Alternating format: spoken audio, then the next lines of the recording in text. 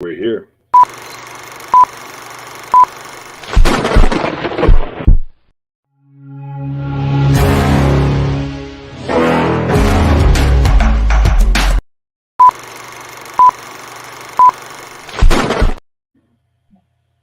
Welcome. Thank y'all. Thank y'all. Thank y'all. What's up? What's up, everybody? Sorry for saying welcome. I don't know why I said that. Welcome. Welcome, everybody. What's up? What's up? What's up? What's up? Yo, welcome to the In Your Face show. And we're here on the 103rd episode of the In Your Face show. Thank you. Thank you. Yeah, yeah. And I'm here with my main man. He's a good guy. He's an announcer. Mr. Matt Capatello. What's goody, my brother? How are you, man? Thank you for having me today. Hey, it's all good, brother. It's all good. Good to Introduce hear. yourself, my brother. Talk to the people. Happy to be here. My name is Matt Competello. I am a combat sports announcer from New York. Got my start in amateur boxing, something I still dedicate a lot of time to. I've done professional boxing, MMA, kickboxing shows, Muay Thai. My 100th show is coming up this Thursday, actually, in New York City at Sony Hall. So excited about that. A lot of exciting things going on in the world of combat sports and announcing, always keeping busy. Damn. Awesome. Awesome. You hit it right on the head. um, yeah, so what inspired you to, to pursue this career in this field? The announcing It, career in this field. it actually was something that not something I really aspired to, at least not with any full time aspirations. It all kind of happened by chance, really. I've been told for a very long time, so I was a teenager, that I had some kind of voice or I would do something with it. I did appear in a film in 2018, an independent film that was shot on Long Island by a great writer, director, and producer, a gentleman named Jerry Ferretti. It was called The Mark. And he discovered me while at a bar one night and said, I think you'd be good for my movie. At the end, there's a scene where someone's watching the news. He said, you should voice the news anchor. So I did that, got the IMDb credit. I'm actually the last person you hear in the movie before the credits, so that's pretty cool. Then I want to say about, that was 2018. I want to say about 9, 10 months later, I had a chance meeting at a hotel bar. I was having dinner. I was living with a roommate of mine. I was up full time for work instead of remote work up in White Plains, and they were filming an NBC production over there happened at this hotel. And I figured, maybe there's a chance. I always liked broadcasting, entertainment, TV, film. Maybe there's a chance for a walk-on role. I was dressed, very nice in a suit. I had been in the office litigating all day, and I walked in and a security guard stopped me and asked what I was doing there. And just instinctively, I told him, I'm a voiceover for this production that's being filmed, but I'm not due on set to live record in the background until another 2 hours from now. I'm just going to go and have a drink and some dinner. He let me into the hotel bar and everything. And I remember it was Oklahoma City playing the Houston Rockets, and someone made a really great play in that NBA basketball game. And the gentleman next to me, we both turned to each other and said, wow, did you see that? And he asked me if I was an announcer. I had heard his overheard conversation with the bartender, and I asked him, teacher. In fact, he directed television commercials. And he told me, I think you should be announcing at somewhere like Madison Square Garden. So after hearing from probably thousands of people for many years, when someone who actually had a stake in the game, if you will, so to speak, by the time that hearing it from someone like that gentleman made me think maybe there's something to this. I've got to give this a shot. So the next day I started Googling promotions, professional, amateur, local, whatever I could, gyms, anybody that was running any events. Somebody picked up the phone, a gentleman named Ray Quadrado at Gleason's Gym. Coach Ray Quadrado is also the president of USA Boxing Metro, the governing body of amateur boxing from the Hudson Valley all the way to Montauk, really, and New York City, downstate New York. He said, come by Gleason's this weekend, we'll give you an audition. And it was female former world heavyweight champion, Phil Monicus, who gave me a script and said, read this before the live crowd. And they said, all right, your first show is in 2 weeks. And that was the start of it. Back in 2019. Oh man, was it nerve wracking that day? on your first show? My first show was January. It was January 25th, 2019, in Queens, New York. At it was a gym in Queens. It was the Ringmasters tournament. Um, so a little nerve wracking stepping in. Very much heart beating out of my chest, as it does every show right before I step in the ring and get on the mic. But I will say, once I got on the mic, "Good evening, ladies and gentlemen," then everything just went away. All the nerves, any nervousness Ah, went away once I said that. so okay, okay. So like, do you like how singers do, like warm up the vocals? You know what I'm saying? Warm up the vocals and stuff like that to To be you honest, know. the only time you'll ever hear me warming up is if I have to really remember a complicated name to pronounce. Other than that, just lots of hot tea. Oh, okay, okay. That's what I meant by warm up. Do you Yeah, use hot tea no or vocal you know what exercise, I mean? just hot tea, lots of it. I Oh feel yeah, you. I feel you. I feel you. Come on, man. Get out the room. Get out the room. Get out. Get out. Come on, man. It's my niece. She was going to walk in. You know what I mean? Anyway, sorry about that. Moving on. Yeah. Sorry about that. that's all right. So now, what was your most proudest accomplishment in the business? Ooh, in the business, in any business, I mean, being it's, having done pro wrestling, combat sports, and voiceovers, I would say in the realm of voiceover and film, being able to voice a commercial, even though it didn't make air, I voiced a commercial for a legal business. I would say also doing two movies voiceover as a magic show MC and as a news anchor, getting IMDb credit and having those movies viewed by so many people at film festivals on Long Island and in New York and New Jersey was really great. I would say, as far as pro wrestling goes, being able to work for Tommy Fierro and having Tommy Fierro be a great promoter and always looking out for me, putting me in great segments, putting me on the headset desk to do play by play for him.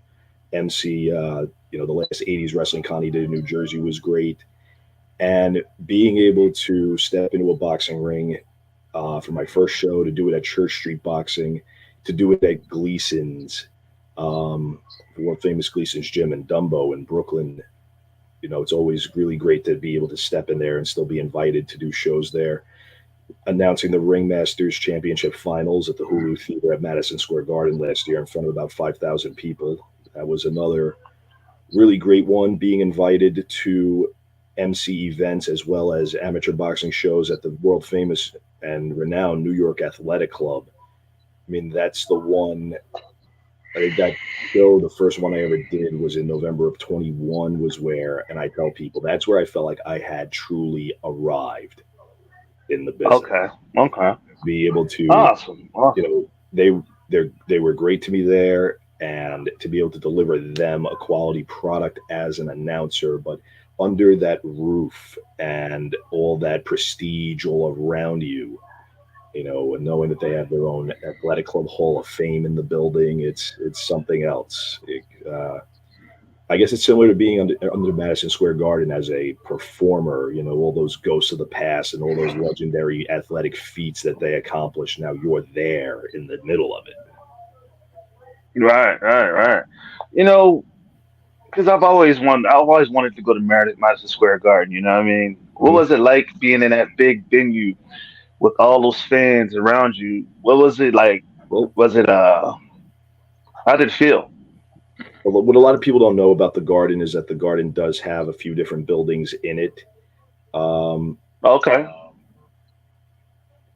like the Hulu Theater, for instance. The theater at Madison Square Garden, you could still see really great acts there. Boxing, of course, is in there. So just to be able to walk into, when you see whoever your favorite band is, wrestling, the circus, whomever it is that's going to perform there, the way they enter, they may enter through a garage, or some people may enter through the employee entrance, employee and press gate at the Garden, and that's where some of them come out to go to the garage under to get a rental car or a limousine waiting in the garage or something. To be able to do that as a performer, and then really get in, step in the theater, and just being under that roof, but I'm not in the crowd, was that'll send a chill down your spine. And then being told Oh also, man. we've got a long night ahead of us. It's time to go now.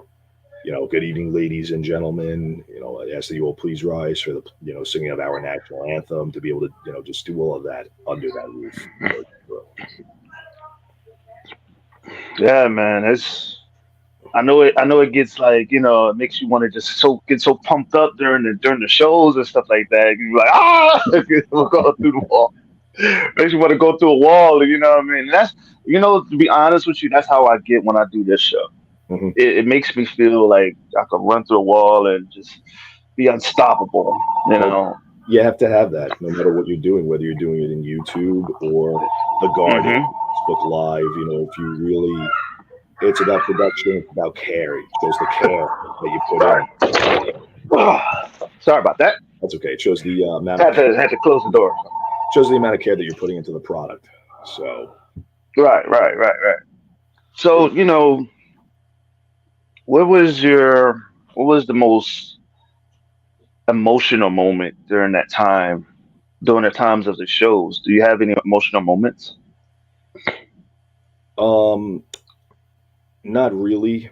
Um, I wouldn't say emotional. It always does suck though when you have to open a show with a 10 belt salute to a fallen comrade or brother or sister in the business. Whether they were a coach, a competitor, a trainer, a referee.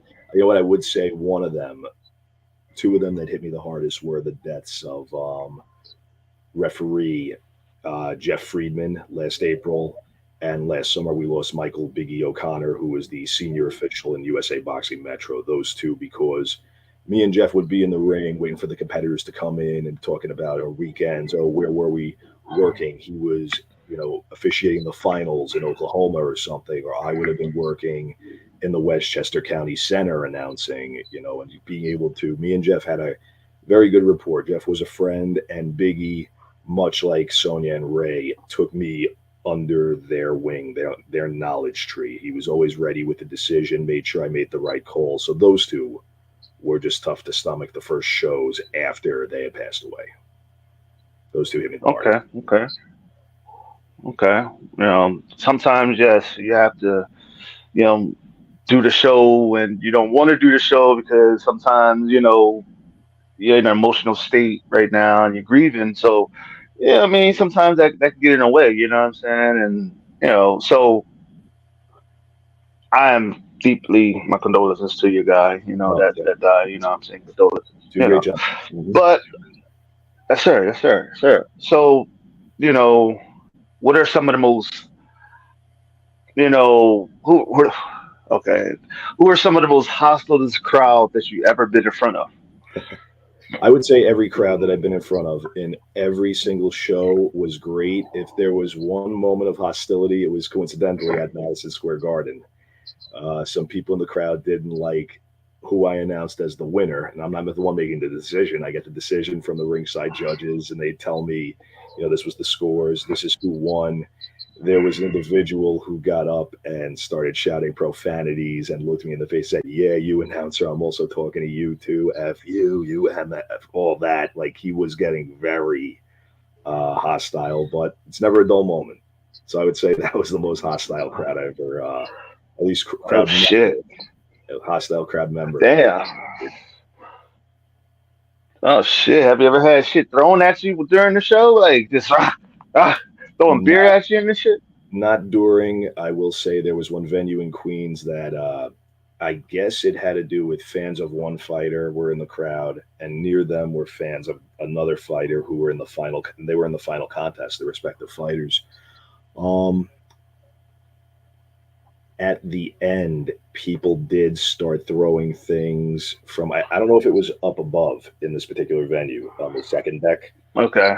on the upper deck, or the bottom floor, but there were water bottles flying, and we were off the air by then. But I did announce into the mic, stop throwing the water bottles. Do not throw anything at people. Don't throw anything into the ring. So I've seen that before. Oh man, oh man. So, what are some of the places that you would love that you had dreamed of doing in the announcing area, in the announcing field? What is your dream place to do? Um, Truth be told, my dream place is the next one. I love when I get a call and say, "Hey, can you appear here?" It doesn't matter where it is, big or small. We work at the arrangements. Gleason's was great. My first time at Gleason's. I love doing Gleason's. I love doing Church Street Boxing. That's another great facility to announce in at 25 Park Place down there. Park Place, corner of Park and Church in Manhattan. Um, Sony Hall, of course. Sony Hall is great. I've enjoyed the not Missouri. I can't remember. Melrose Ballroom in Astoria. Melrose Ballroom. There's a venue out here called Mulcahy's Pub. It's a bar and concert venue. You see a lot of, you can see any acts that you want. If you're familiar with music from around 2006, Cascada was recently there. You could see, I think Yellow Card had played there recently, along with Big Shot, the Billy Joel tribute band with Mike Del Giudice, the guy that's in Billy Joel's band, who sings in the Billy Joel cover band. And then on a Sunday, every few months, you'll see cage fighting there. So I'm always, Mulcahy's is a great venue. I love Mulcahy's.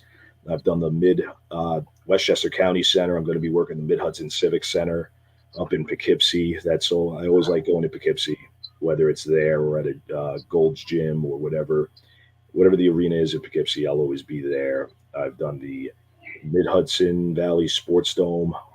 Um, Done a couple of places in Florida. Done a boxing event center in Florida for pro boxing shows. The Stanford Hilton, I believe it was, I did in December for a pro show. So my favorite show is the next one. My favorite venue. Hey, very awesome. And you know what I'll say also, the way Tommy Fierro has his shows in the Total PAL, the Men in Sports Arena, even with the wrestling, even though I'm not in front of the crowd per se, I'll be on commentary usually. But my favorite arena is the next one. And the New York Athletic Club, of course. The Athletic Club is always a threat. Okay, Yeah, so I think if I had a center on okay. one, it might be the New York Athletic Club. That's Very why awesome, very awesome. tied for number one. Very awesome, very awesome. Shit. So what was okay? Because I have a real awesome question. Like doing play by play. Hmm. Is play by play like commentary or is it like just during it like announcing? Is what is it? Play by play. Well, anytime you're doing play by play is the commentary that you hear. Like if you're watching competitors punching in the ring, watching the boxing, you'll hear, somebody like Randy Gordon. It's his voice. You don't see him, but you'll hear him, ringside calling the action. So I've never done, Oh, commentary. Okay, yeah, I've never done commentary for boxing. I'm just a ring announcer. okay, okay, okay. To So be fair, I did fill in once with Smoker Talk during the tournament right before it was one show. It was the second to last show before the shutdown with the pandemic. We were live in Brooklyn at St. Anselm's, and during one of the fights, I did fill in on color commentary with Dave Stephen, George Zayas of Smoker Talk. So that was pretty cool. That was the first time for me. okay, okay. That's a work. That's a workout. You know, that's awesome. So when you feel like commentary, like what is it like doing commentary for wrestling, pro wrestling? Pro wrestling, I'll admit I was nervous about that because I was so used to being in front of live crowds and just MC, where people are from, what their records are in the boxing world. Commentary in pro wrestling, like Tommy Fury called it, it's easy, have fun with it, and it's been very easy to have fun with. So Okay. So out of all the venues and the sport arenas and all the places you've worked for, mhm. who are some of the most big names you've had a chance to get to know and Oh, build a bond with? big names that I got to know and build a bond with. I mean, as far as boxing, I met a few world champions. I worked for former world champion Bobby Campbell, Tommy B. Batone, who's been always a gentleman to me, and the ISKA, International Sports Karate Association, all the governing and sanctioning bodies, everybody in there, whether they've attained championships or not, they were all fighters at one time. Everybody has been so very supportive and hospitable. In the boxing world, I've worked with and introduced Poison Junior Jones several times. I ran the Blade Barkley, Saquon Barkley, his uncle.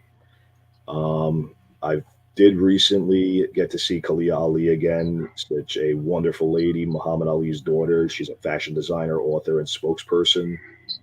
The entire Mercanti family, the sons of great boxing referee, legendary referee Arthur Mercanti, have been great to me as well. Sonia Lomonikis, the former heavyweight champion, female champion, who discovered me. I say that she's like my godmother and my godfather in the boxing world. So she's the one probably that I have the biggest bond with. So many Awesome, shows, awesome, awesome. so many shows, so many people. That you meet every single time and see again. Mm. You know, man, he's met some people. Met some people, man. I have a good question. Good question. Sure. What? How do you handle stress and pressure during the fights? During like not the fights, but during the time of where you have to announce a big fight and like you're like how do you stress during them times or do you how do you handle that pressure that stress that. Yeah. Personally, I think sometimes maybe you could see me sweating a little bit, glistening a little bit, if you will, but I prefer to keep it all inside, go in there and give it the very best that I've got. Make sure my pronunciations are all on point. I think one of the most important things as an announcer is to make sure everything is on point. If you can't memorize every single detail, have it written on a card. But the most important thing, it doesn't matter if you're on YouTube, in Madison Square Garden, Church Street Boxing, wherever it is, you could have your notes and cards, just don't sound like you're reading from notes or reading from cards. I think that's extremely important. Awesome. Yeah, because like when you it's like basically a script, what I'm saying, from a show. When you're doing the show, you don't want to like say like if you're looking down at a book like I'm doing, like you don't want to sound like Right. what I'm saying what is wrote. You want to Yeah. sound very very organic, very real. You know what I'm saying? Like sometimes and I understand exactly what you're talking about. Sometimes when you're doing it from the hip, you sound original. You know what I'm saying? But when you're doing it from a paper, it's like if somebody wrote it for you, you're Mhm. trying to sound like them, but you can't. It's like or to come out weird and shit like that. And I've heard of that's why I don't like structure. Personally, I Yeah. don't mind getting scripted. I do like the freedom of being scripted, but to have it left in my control to get the main point across, and even in plays, sometimes you may not know this, doesn't matter how big the production is, they'll always have a fill in or an understudy in case the guy who plays the lead gets hurt or whatever it is, or it's the last minute, it starts, he gets into an accident. Yeah, I've heard of times where you'll have an understudy fill in and they sneak the script into the production itself before the live crowd. So the guy could be reading a newspaper, but he's reading his upcoming lines in that newspaper. The most important thing is he could have a script in front of him. He has to sound like he's not reading from a script, though. Or sometimes you may see Right. Right. Right. Right. you could see it on a run sheet. Even I believe in radio, I'm sure they have their points where okay, we have to hit the weather, the news, traffic, entertainment during this hour, and they'll have probably a side a footnote as to which topic they're going to discuss, but not a word for word thing. Right. Right. Right. Right. And that's true. That's true.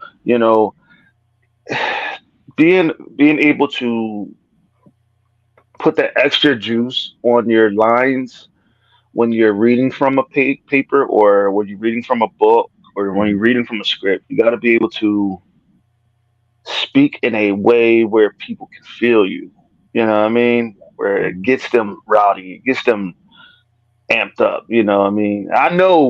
I know because I've listened to Michael Buffer and Bruce Buffer. I'm like, damn, these guys can get you amped up and get you, you know what I mean, like tingles going down your spine. You know what I mean, going crazy. Yeah. You But I, know. but I will say this So too without announcing. The most recent Sony Hall show that I did for Boxing Insider, boxinginsider.com, there was a gentleman named Dave Diamante in the audience. So, and Dave Diamante is a very famous, world-renowned announcer. He announces for DAZN, DAZN, DAZN, and he's announced all over the world, the biggest arenas. But Dave Diamante dedicated a lot of time on the amateurs and put in his dues before he got to DAZN. But I will say to not only be able to announce in front of him, but to speak to him briefly after the show, and he was very complimentary of my work.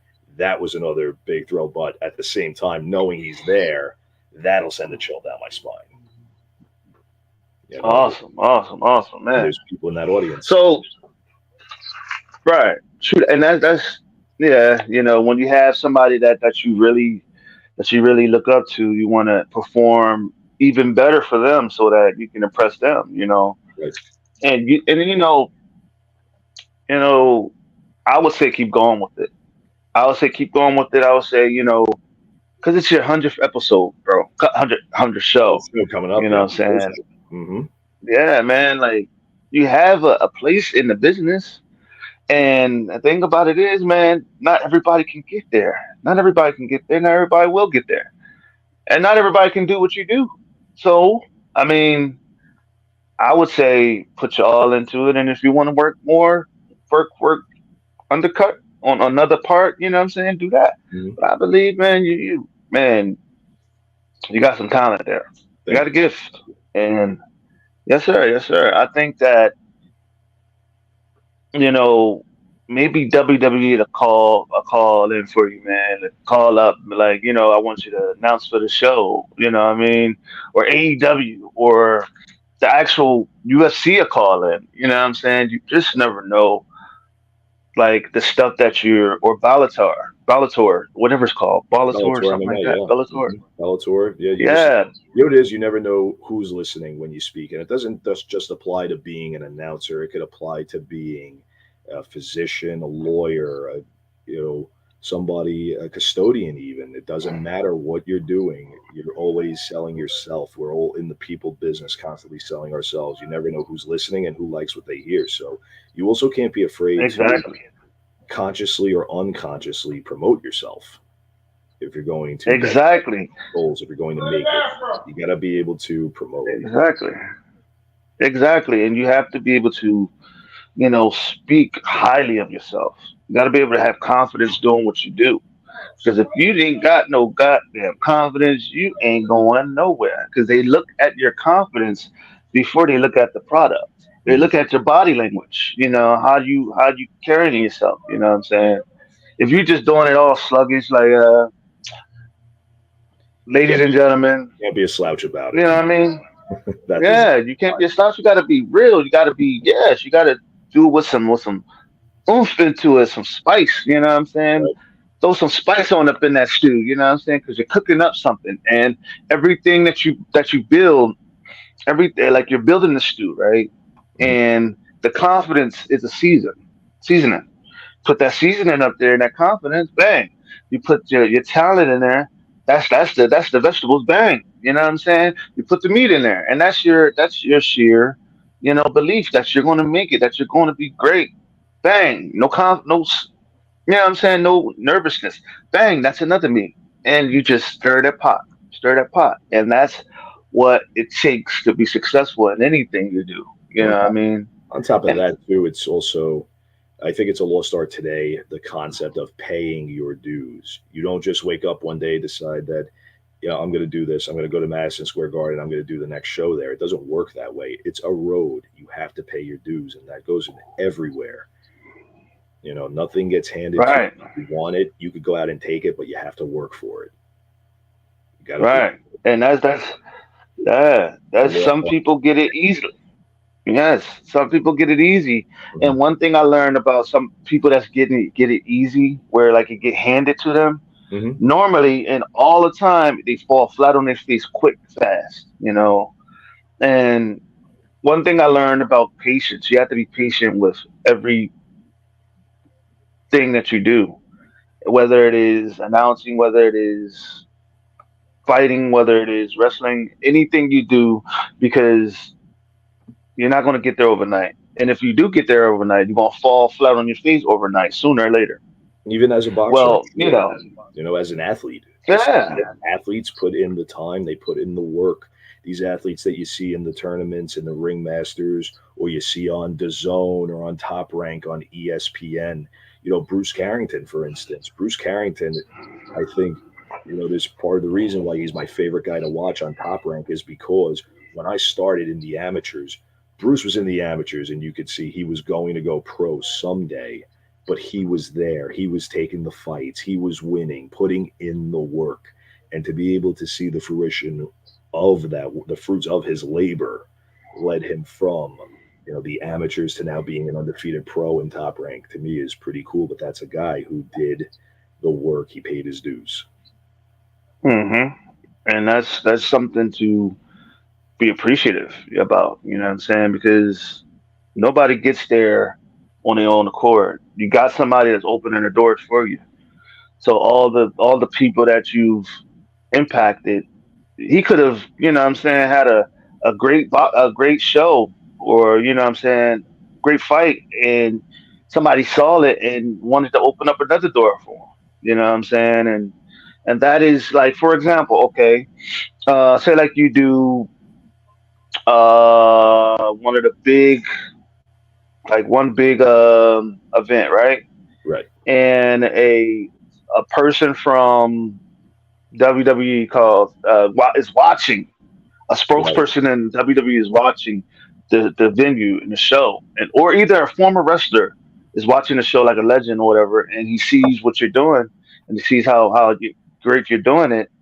He's going to either contact you or let you know, we want to, add you on as an announcer for one of our shows. Right. You More just local. never know, and that could open up the door and skyrocket you to the next level, man. Same thing with boxers. Anybody that whether it's other promoters in the audience, former competitors in the audience. At minimum, they'll probably want to know your name, and they'll talk about you. They'll say, I saw this really great boxer and this announcer, and the same thing goes for the boxers in the ring. They'll want you on their cards as well. Exactly, exactly, and that's the most coolest situation to be a part of, because you no longer are able to. You're no longer a small name now. You're a big name. You know what I'm saying? And now you got to build your brand, and that is, go on these shows, go on. You know what I'm saying? And building your brand is not easy. You know what I'm saying? Because everybody is watching, either for you to fall or either for you to take the next step Hmm. into being great. You know what I'm saying? Right. And that's what it happens in all businesses, all walks of life, all things that you're doing.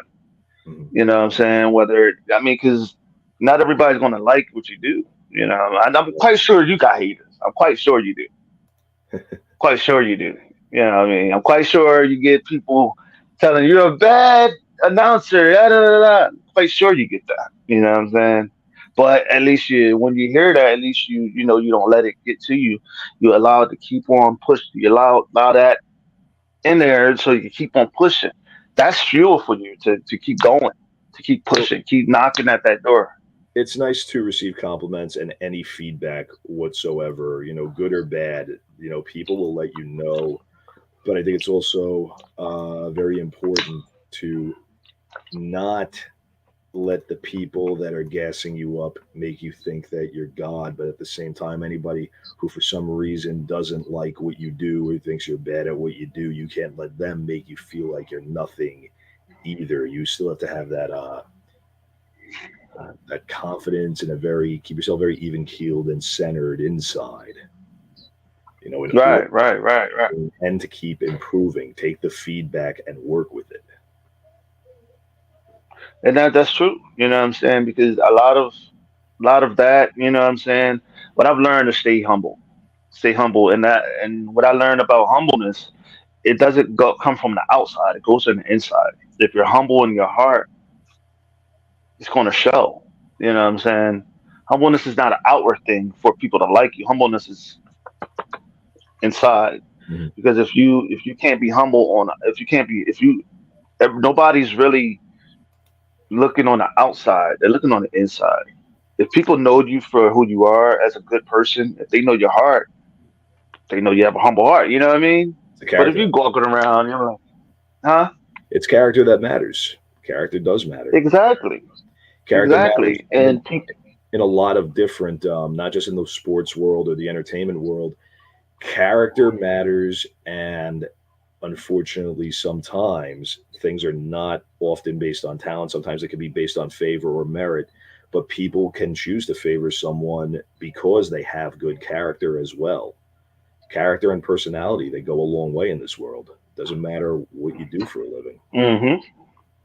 Two very good things. So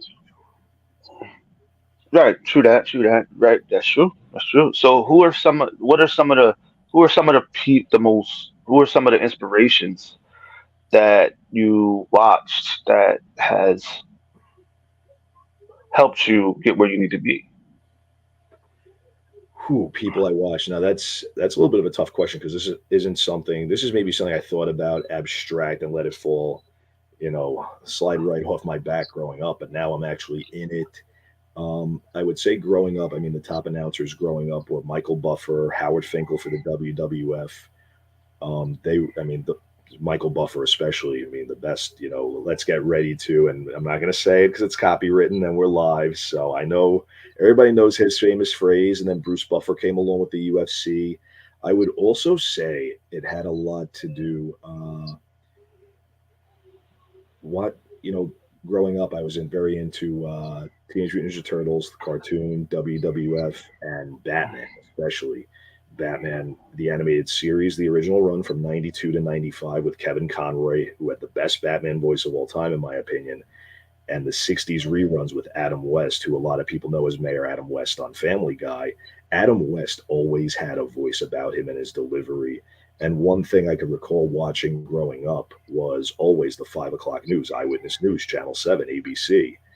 The way the news anchors speak, and especially this is before the internet and all the fake news rage and everything, but you never challenged the news anchor. You never doubted what Scott Shannon, another guy, another very influential individual in my career, the legendary radio host Scott Shannon.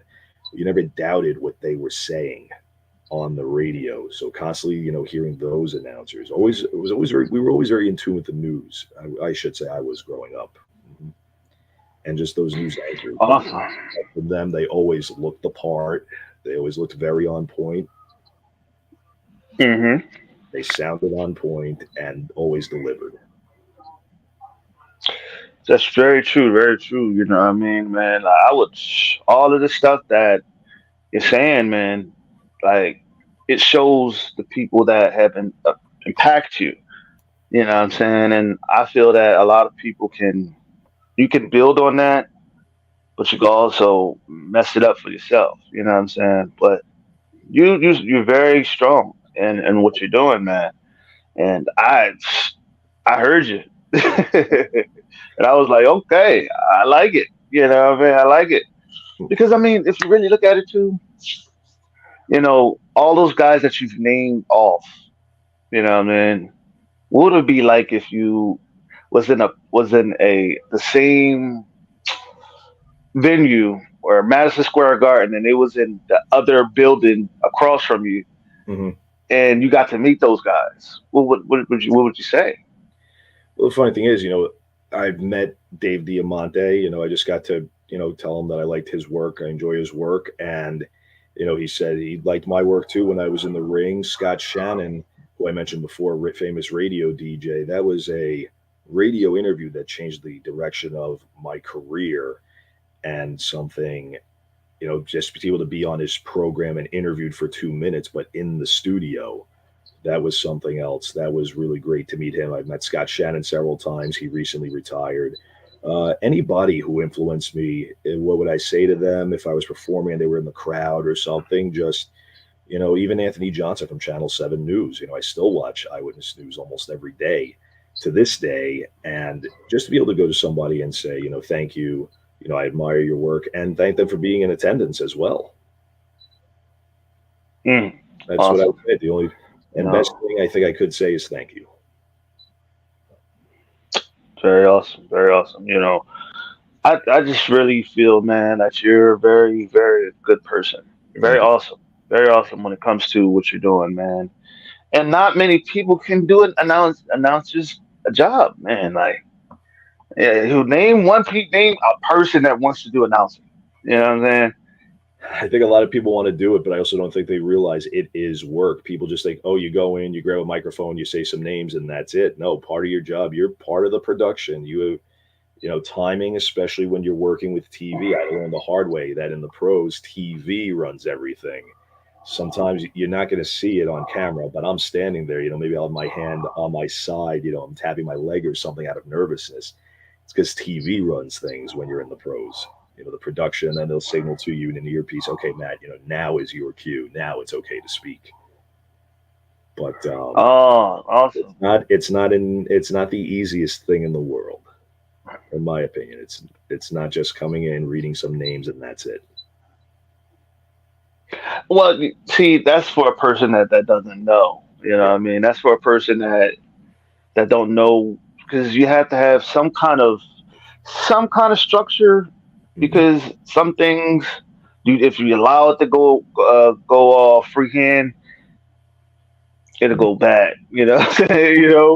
It's just like this kind of show. It's like this show. You have a little bit of structure, but if you have somebody that knows what the hell they doing Hmm. and knows the cues and know what to say, and just like we both know what to say and know how to do, just like I know how to do podcasts, you know how to do, announcing, and this is TV, this is, what I'm saying, and people are watching, so you got to be mindful of, what I'm saying, how you say things, what you say, what I mean.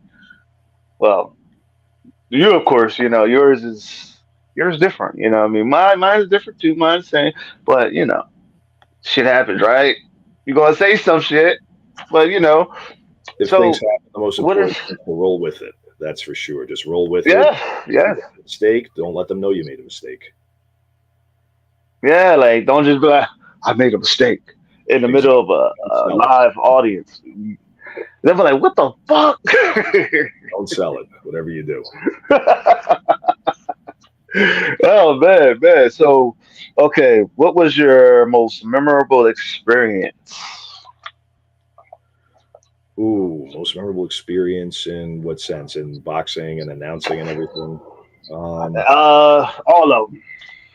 You can name all three: boxing, wrestling, all that. Definitely, as far as film and voiceovers go, I mean, I've done three big voiceover things that I was personally proud of, being asked to do the commercial as well as do the two independent films. One I auditioned for and got the audition because they liked the voice. I auditioned for another role, and then it was it's a movie called The Magician. It was a short, and that played at several film festivals, New York and New Jersey, and I wanted to play Harry Houdini, but then they said Houdini has an MC, so you're going to be the MC. Basically, no questions asked, but that went very well. Being asked to do the mark when it was in post production by Jerry Ferretti, that was great. Uh, Wrestling, not only pro wrestling, watching, meeting guys that I used to watch on a Monday night as a kid, but to meet them and be told, hey, nice job, introducing such a, anybody to the crowd, or hey, I hear you're a really great announcer. That's pretty cool. And in boxing, just not knowing what's around the corner next, my 100th show is the pro show through Boxing Insider at Sony Hall, not knowing who's going to show up, who's going to be there, who's on the guest list, who's going to be in attendance, where the next show is going to be after that, going from Sony Hall on Thursday to Church Street Boxing on Friday. It, just, I would say the most thrilling experience is not in boxing, especially, is not knowing what's going to happen, not knowing who's going to be on the other end of that telephone when the call comes in and what they're going to ask me to do. That's always a thrill. Like, Uh, like for instance, it would give you a rush. a little bit, Sorry or about that. Go ahead. no, that's okay. No, it's on the inside. Yes, I don't. I try not to show it, but even to have done a recent amateur event at the New York Athletic Club and then being asked, hey, if you can, we'd like you to come and MC this premiere of this documentary about battling Siki at the New York Athletic Club. That's a rush there when you get asked by people to do that. Mm-hmm. Mm-hmm. Very, very, very true. Bonus ending could always be around Even the corner. That's the biggest thrill. yes, that can apply to that applies to everything because you like it's like if you're working at a job, Yep. you never know what your boss going to ask you to do. You never know, you may get a promotion and you may have to ask to close the store at nighttime. That's a big job because it takes a very responsible person to close Yeah, the a lot of store. trust. You know Yeah. what I'm saying? A lot of trust, and or you may have to maybe ask to count the money at nighttime. You know what I'm saying? That's a very big trust issue. You know what I'm saying? That is Very, hard. very big. Whatever it is. Mm-hmm. Yes, and it's like for what you're saying. You never know what's on the other side of that telephone, man. Yes, you never know who's on the other side. You never know because it could be, it could be 1 minute getting fired from one venue, then getting the job at another. You know what I'm saying? You just never know what you're doing. You never know because nobody's going to tell you that you did a great job. Not everybody, not all the time. Mm-hmm. Do you get it all the time that you did a great job, or do you get it sometimes? I can get it at least one every show, but I think the real true feedback, knowing I did a great job, is the crowd energy overall when I'm making an announcement. That's the biggest feedback. It's like being in the restaurant business. If you've ever worked for corporate restaurants, which I have for many years, they'll say, "Oh, make sure you tell your guests to go online on their smartphone and do the feedback, the survey, the feedback form."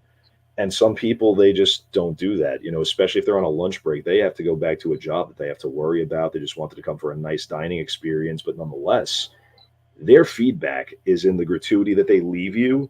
And then you have that hope that, wow, if I satisfied them enough for them to leave me such a, large gratuity on the bill, a tip, then their feedback is they're going to Right. come back more often and then maybe eventually become your regular guests. So doesn't always have to be verbal feedback. I mean, in my case, it doesn't always have to be a good job or a pat on the back. It's also listen to the crowd after I get in there and make an opening announcement or whatever it is. That's very true. Very true indeed. You know, that's the whole thing, man. You just have to be able to go for everything that you're doing, man, because a lot of the stuff that you want to do, it's very structural. You know what I mean? Very different, and if you're afraid to take the next step, sometimes, when like for example, okay, I know in announcing world, Hmm. some steps are hard, some steps are scary to take because you don't Sure. know how you'll do. You know what I'm saying? It's just like also in the world of podcasting and doing a show like this. It's worrisome to take a step and doing a show by yourself. Sometimes you need a co-host to do it, and you got a big name on the show, and you don't know how they're going to react to what you're doing. You know what I'm Hmm. saying? You want to ask the right questions. You got to be, got to be very prepared. Sometimes I don't be. I'm gonna be honest. Sometimes I don't be prepared, but I Hmm. give my best.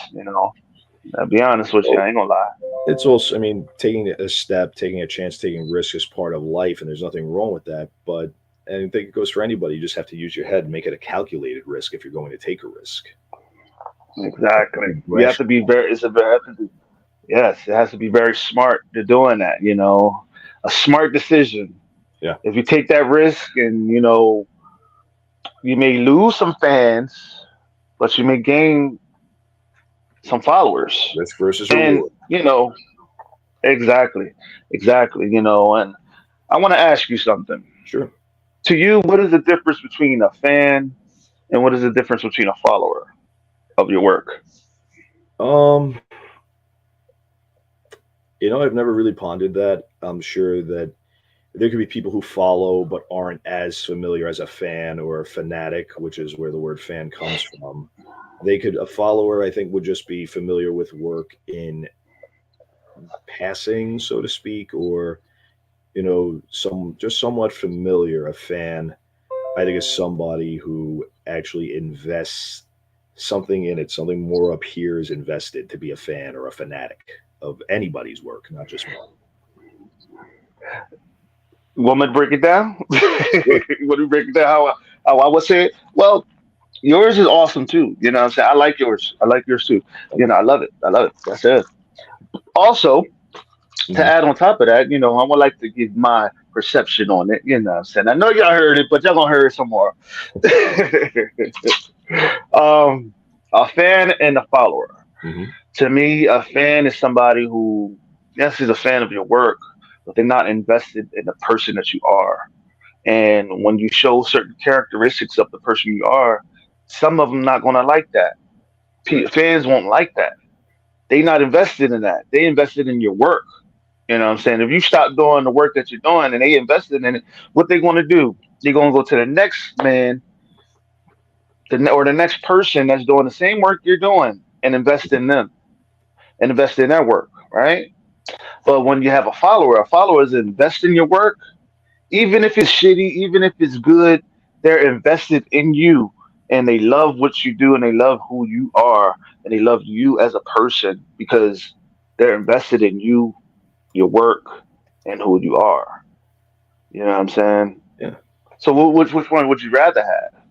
A follower or a fan or a fanatic? Which Well, one would you rather have? in that case, followers sounds better. There's more human aspect in that. It's somebody like a Exactly. fan. It's or when and in a lot of aspects of sports, entertainment, show business, people have fans. People have people that are around them when they're on top. When they're not on top, Exactly. it can be very lonely at the top. Exactly. It's very lonely when you're going from top to bottom. Exactly. Because fans can turn on you, but at the drop of a hat, you could And do something. You could rob.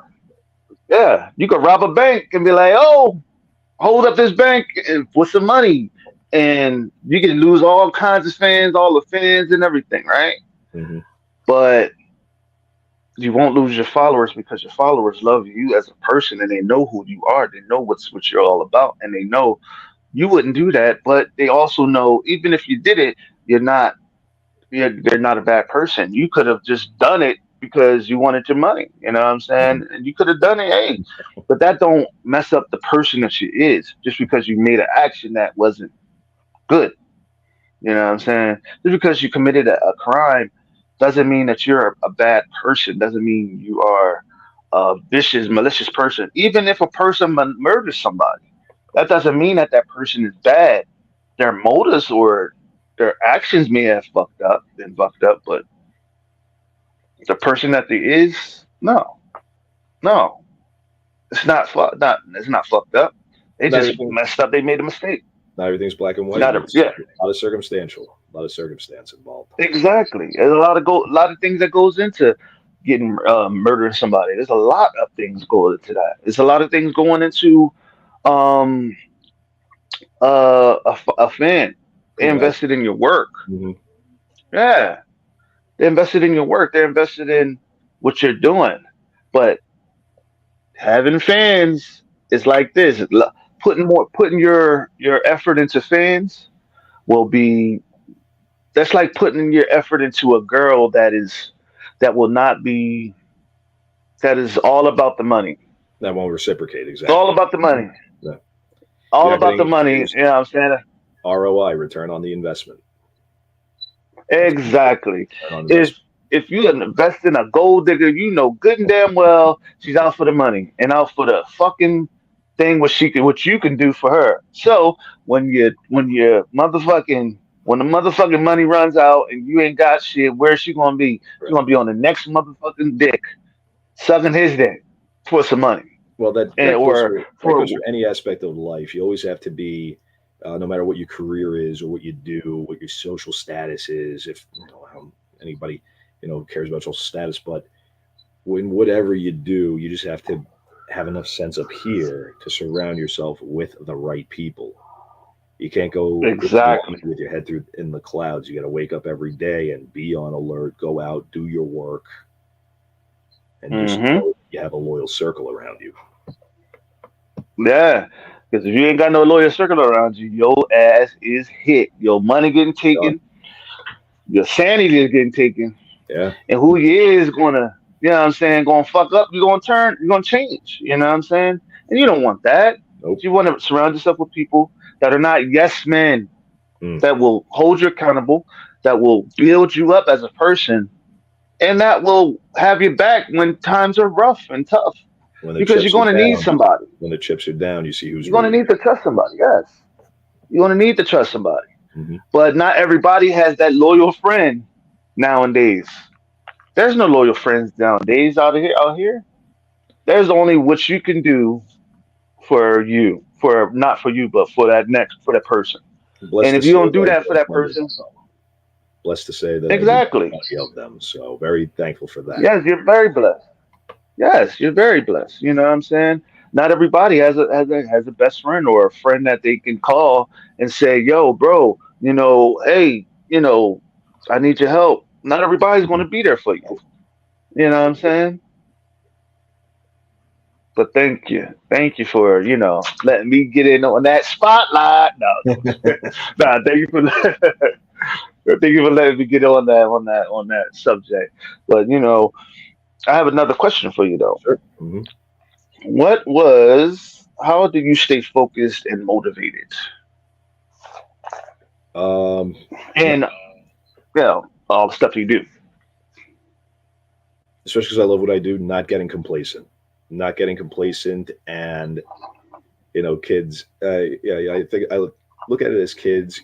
Somebody has, you have the new Reebok sneakers. Somebody has Air Jordan sneakers. Oh, whether it's their parents couldn't afford the Air Jordan, so they got them the Reeboks. They look at it. Oh, that's not good enough. That's how I look at my work. Okay, I might have done good work, but it wasn't good enough. So on to the next one. You have to proverbially punch even harder, is what it is. That's how I stay motivated. You have to go, and I think applies for any work. Nothing is good enough. You damn right. And that's something that you have to see. Being like, there's always something to learn. There's always something to bring out of you. You know what I'm saying? There's Mhm. always Feedback. parts of your game that, yes, yes. You never see. That's like a person. You never stop growing. You never stop learning either.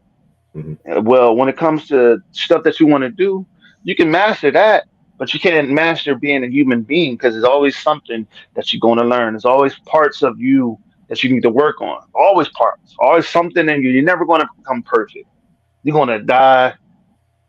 You're going to die, not being perfect because nobody's perfect. You know what I'm saying? But as long as you work on who you are, as long as you work on parts of you and perfect that and try to become better, you know what I'm saying? You don't have to be perfect. Nobody's perfect, but to work on you as is a daily job. I Work on was who you are and work on the things you want to do. And look, my first show, I was told that I looked stiff in the ring, and they said, have fun with it, have fun with it. I would prefer to think, hopefully now, 98 going on 99 shows later, that I don't look so stiff in the ring anymore when I'm up there, getting in, doing my announcing and everything. Exactly. So, Exactly. You know, and like it's like also too like when I look back on all the shows that I've done, all the episodes that I've done, people will tell me, "Yo, you're not asking too many questions. Do you do a lot of your research?" And I learned to do a lot of research, and I learned to pay attention. But even when I do my research, I learn to be more relaxed, more myself, more just you know let it all hang out. You know what I'm saying? Because you're here, you're on your own show, and you're doing your own thing. You're in your element.